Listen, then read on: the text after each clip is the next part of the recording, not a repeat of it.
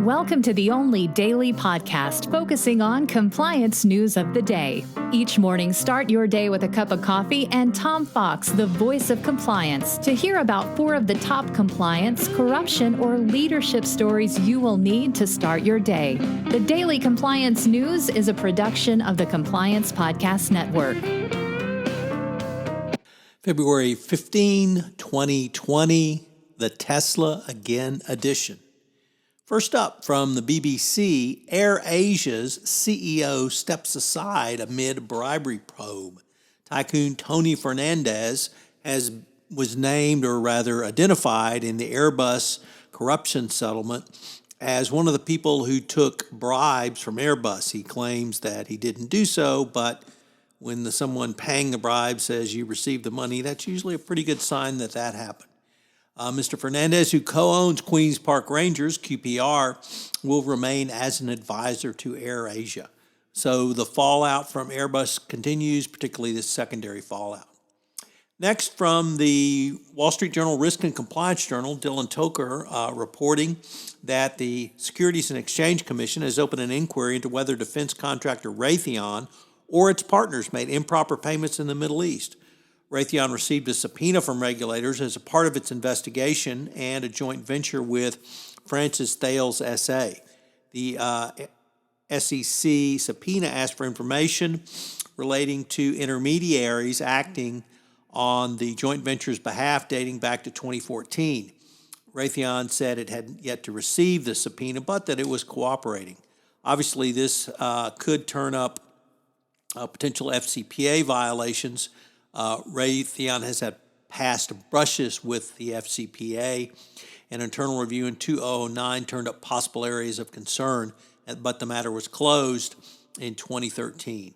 So Raytheon under investigation by the SEC. Next up, if you don't listen to flight attendants, perhaps you should start doing so.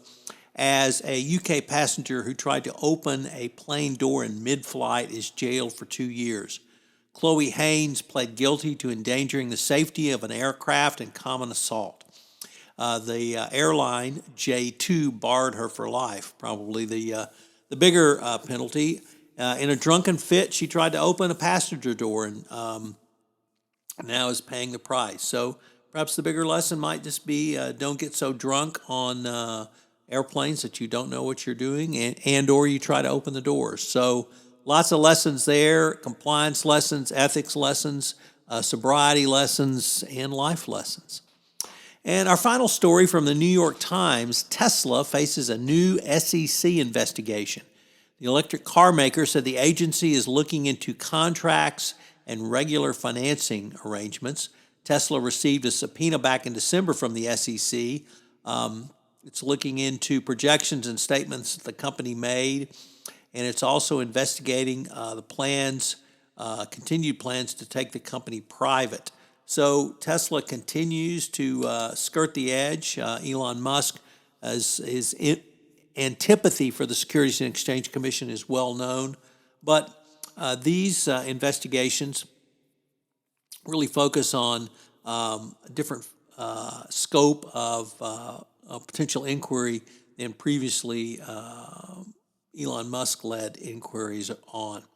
As most people know, Tesla finally started to hit its stride and is making deliveries a little more consistently now. The stock price is up, so this is really the last thing they need. But Tesla continues to be under inquiry from the SEC, and we'll have to see where this takes the automaker and the Securities and Exchange Commission going forward.